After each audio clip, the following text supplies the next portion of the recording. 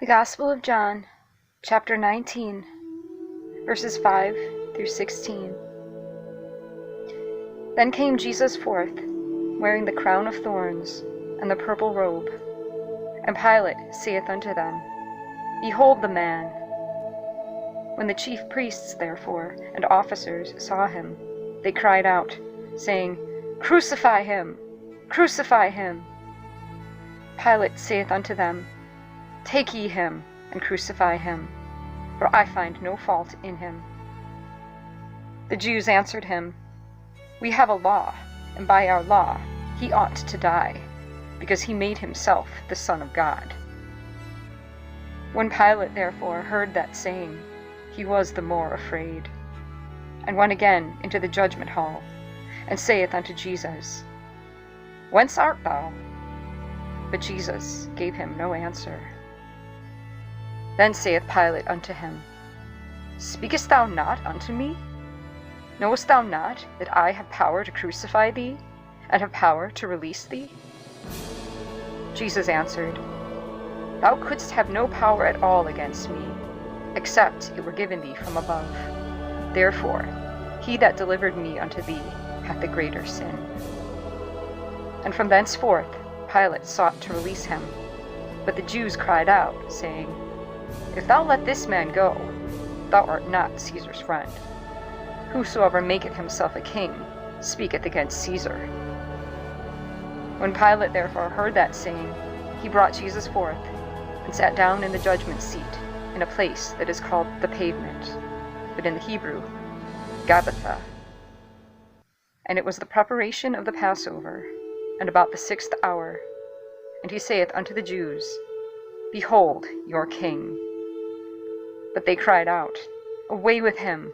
Away with him! Crucify him! Pilate saith unto them, Shall I crucify your king? The chief priests answered, We have no king but Caesar. Then delivered he him therefore unto them to be crucified. And they took Jesus, and led him away.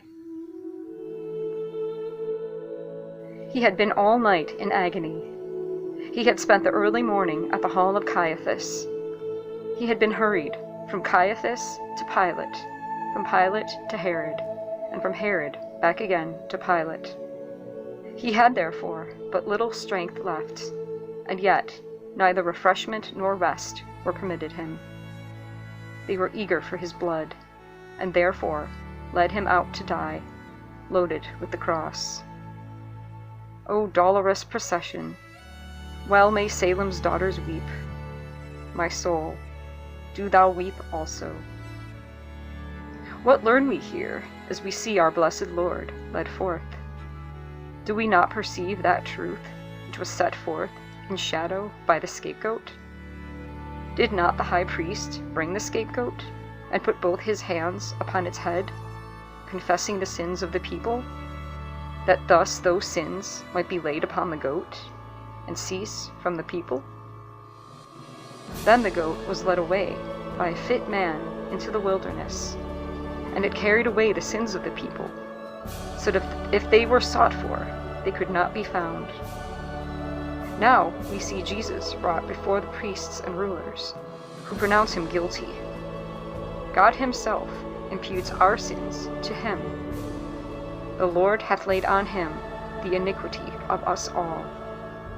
He was made sin for us, and as the substitute for our guilt, bearing our sin upon his shoulders, represented by the cross, we see the great scapegoat led away by the appointed officers of justice.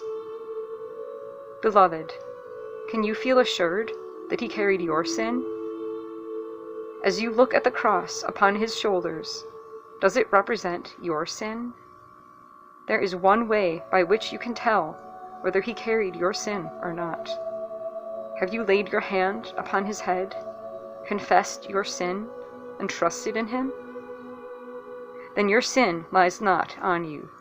It has all been transferred by blessed imputation to Christ, and he bears it on his shoulder as a load heavier than the cross.